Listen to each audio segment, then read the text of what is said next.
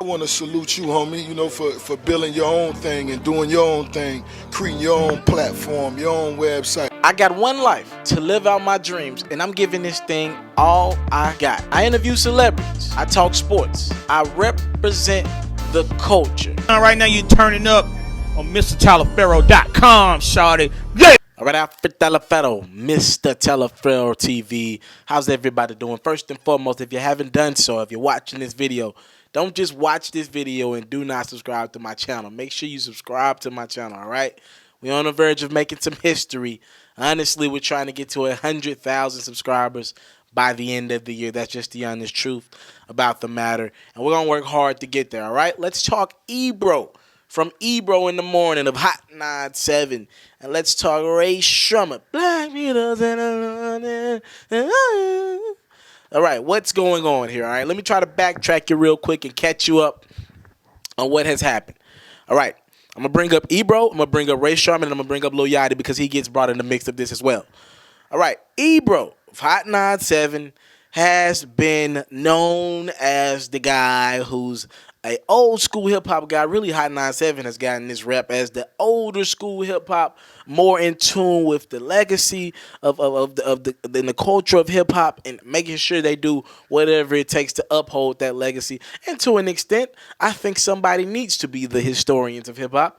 And Ebro, Peter Rosenberg and company, they do a great job of doing that. All right, but sometimes a lot of people believe that Ebro and company allow their feelings and emotions about the older school 80s, 90s hip-hop wave to get in the way of the new wave and start to ignore newer, younger artists who might not care about bars, all right?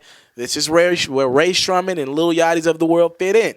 Maybe the bars are not what the 90s artists were talking about. It's just not a lot of substance in the music that you hear nowadays. And Ebro's gonna call you out on that. And to an extent, I'm with it, all right? Take you back, what was this, 2015? Ebro was asked about, they were doing it with Complex, I believe, talking about the top albums of 2015. And it's when Rae Sremmurd's Shrum Life came up in the mix. And I believe it was voted by Complex as the number 3 album of 2015. And Ebro was like, hell no, this is not the number 3 album of 2015. It's just not. Now, if you go through, this is just my personal opinion. If you go through and look at song after song after song on that Rae Sremmurd album, they had hit after hit after hit on that album. You cannot ignore hits, all right? Between No Flex Zone, between No Type, which was one of the biggest records in the world, and then they had the record with Nicki Minaj, all right? Those are 3 top songs. I forgot the name of that record with Nicki Minaj. It'll come to me in a second, but those are just off the top of the head 3 big records. On top of that, they had records like Unlock, The Swag, Unlock. All right, and the name of that record with Nicki Minaj was Throw Some More. So those are 3 big records: Throw Some More, No Flex Zone, which was the one out of the gate, and No Tight, which was the biggest of those 3, I believe. Okay. With that being said, Ebro was like, this ain't, to be honest with you, this is not a top 3 album. And to each his own. I mean, remember that 2015, a year, Kendrick Lamar, we get it. To each his own, all right? Everybody has their opinion. With that being said, Rae Sremmurd didn't take those words too nicely. They went to, I believe, Tim Westwood and did a freestyle about Ebro and mentioned his daughter. That's when things got a little serious. Ebro remained the fact that it wasn't that serious to him. He kept consistent with the fact that it's just not that serious to him. The 2 exchanged some back and forth. Rae Sremmurd actually did a Hot 97 interview this year to promote their new album, but Ebro was out the country, I believe, or either on vacay. I believe he was out of the country, though, on business. All right, with that being said, fast forward you to Lil Yachty. Lil Yachty's going to get brought up in the midst of this. All right, Lil Yachty's, again, is another one of these newer artists who's popping in the streets. The young kids love him. But when you talk about lyrics, bars, and all that, you don't really characterize those traits with Lil Yachty's music. It's a turn up, it's mumble, it's all that. It's just, it is what it is, all right? People like it, though. It goes hard in the club. You listen to it. I listen to it. All right, with that being said, Lil Yachty went up to Hot 97. What was that, last year, maybe early this year, did an interview, And Ebro and Lil Yachty got in the conversation, and Ebro was like, "Get your bars up, Lil Yachty." Ever since then, Lil Yachty has always, any chance he got, throw a couple shots at Hot 97 Ways, telling him, "I got bars, I got this, I got that." He actually made a freestyle, pretty much throwing shots at Ebro, telling him, "I got bars. Listen up, I got bars." So ever since then, you can tell Lil Yachty has taken that personal and is out to prove that he has lyrics. To Lil Yachty's credit, since that interview with Hot 97, Lil Yachty has a song that's charted with DJ Drums. So, I mean, to his credit, he's only going up. And, of course, Rae Sremmurd is having the single of their life right now in Black Beatles. That leads me to what happened with Ebro and Rae Sremmurd. Sorry I had to get you all that background information before we got into it. I try to do my best to explain it to my subscribers what the hell is going on, all right? Black Beatles, man. I was going to do a blog on this anyways, but I might as well do it now with these two entities beefing. Black Beatles, man. It's the #1 record on the Billboard Top 200. Congratulations to Rae Sremmurd. Ebro was pretty much saying, listen, let's be clear. They didn't have the #3 album of 2015, and let's be clear, the Mannequin Challenge made this happen. All right? That's when Jimmy of Rae Sremmurd chimed in. Let me make this clear. Let me get my sentiments first before I start reading out the rest of these tweets. Yes, the Mannequin Challenge got this song to #1. But no, this song, that's not the reason why this song charted. Before the Mannequin Challenge, this was already a top 10, top 15 song. Probably on its way to top 3, top 4, top 5. I don't know if it would have ever got to #1, but it was already going to be a big song. This record was already booming.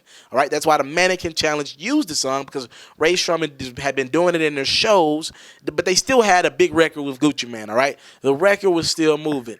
And to be fair, even if somebody uses the internet to make a song hot, isn't that what they're supposed to do? All right, so we get mad at people for using the internet in other ways, but artists are using shows and challenges to promote their music. Well, I see artists who are on the up and ups and trying to come up use challenges. Hell, I just watched an artist make a freestyle off You Name It. I just watched Ace Hood try to get back popping, making an entire freestyle off the You Name It challenge. All right, isn't that what artists are supposed to do? Salute to Rae Sremmurd for making the song hot through social media, using their you want to call them new school artists? Okay, well, they're using new school motives to keep it moving, all right, to make songs chart higher if they can. They did a Mannequin Challenge at a couple of the shows. It's been a big hit. Everybody's doing the Mannequin Challenge. The majority of the people doing the Mannequin Challenge are using the Black Beatles record in the background. It is the reality of what's going on. All right, so Jimmy responds to old man Ebro, you doing the Mannequin Challenge when you look at them charts, huh? Referencing the fact that, look, man, you got to play my song every day. It's #1. You saying the Mannequin Challenge was the reason why I had the success. You froze looking at my song be #1. That's when Lil Yachty responded with the laughing emojis about 7, 8 times. Then Jimmy responded to Lil Yachty saying, you better not laugh at old man Ebro. He's a sensitive old person. Lil Yachty responded, he just likes to mess with the kids who walks past his porch, referencing the fact that old man Ebro is out of touch. Jimmy went on to mention Lil Yachty one more time. If I was old man Ebro, I'd be a hater too. He has no sauce like zero. Then he wrote some 000. That's just how Jimmy talks. All right, Ebro responded, Jimmy, you're doing the LOL challenge when you realize that the Mannequin Challenge, why you got that rank. Jimmy responded, this me knowing you got to play Black Beatles every day. All right? Pretty much saying, Ebro, regardless of what you say, you can't, Hot 97 has to play this record every day. It's #1 in the country. Old man Ebro responds, this me helping you, again, even before you got your virals to help your chart position. Jimmy responded, this is you trying to look cool. You supposed to be wearing FUBU and bumping 1980s hit songs. Keep it moving. Jimmy said, Ebro, you like an old guy in a teen club. Ebro responds with some laughing emojis again, making sure you soon to be losers don't impregnate my daughter. Yep. Ebro's just trolling, having fun with Jimmy, who's trolling as well. Jimmy went on to start tweeting out, I got to stop snorting lines on my off time. I'm really a depressed old man. My penis is so small I can't find it. You stop looking for your penis after 50. Trolling Ebro. I'm an old school hater. I hate it on the best. Ebro said, y'all too sensitive. The song is great. Toughen up. They gonna be all right. Sway Lee got involved and said, LOL, why stoop down? Shut the fuck up. Numbers don't lie. This is pretty playful. But at the same time, I want to know your comments on this. Do you believe we tend to, as older, well, I'm 22, so I'm in like the middle, right? I'm in like the middle. I like a little bit of the 90s. So from what I've heard, I haven't heard everything. But I've have arguments with 80s babies, 70s babies, and they're always pretty much telling me, look, this ain't that, this music ain't that. And there's stuff I love about this new school.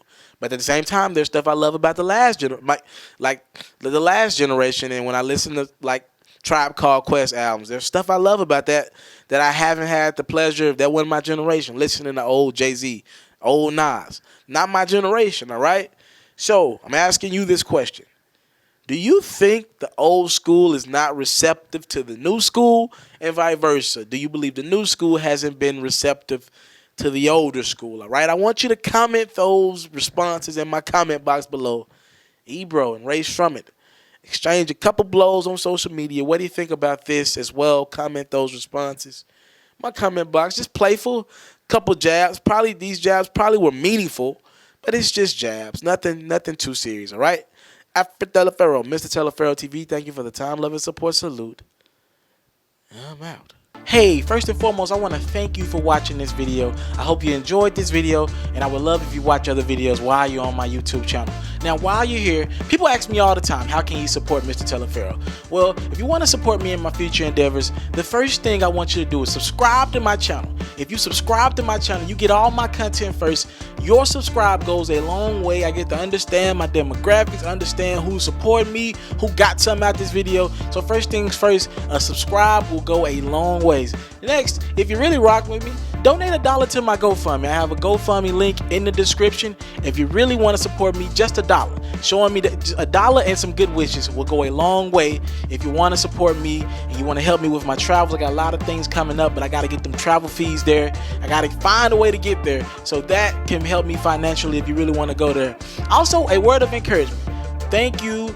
Whatever it is, talk to me in my comment box below. Comment on this video, like, subscribe, do whatever you got to do this video. I got to thank you for your time. I don't take it for granted. My name is Mr. Telefero. Now, if you subscribe, help, donate, do whatever, you can see more videos like this, more new exclusive content. I got a lot on the way. Trust me. Thank you. It's Mr. Telefero.com.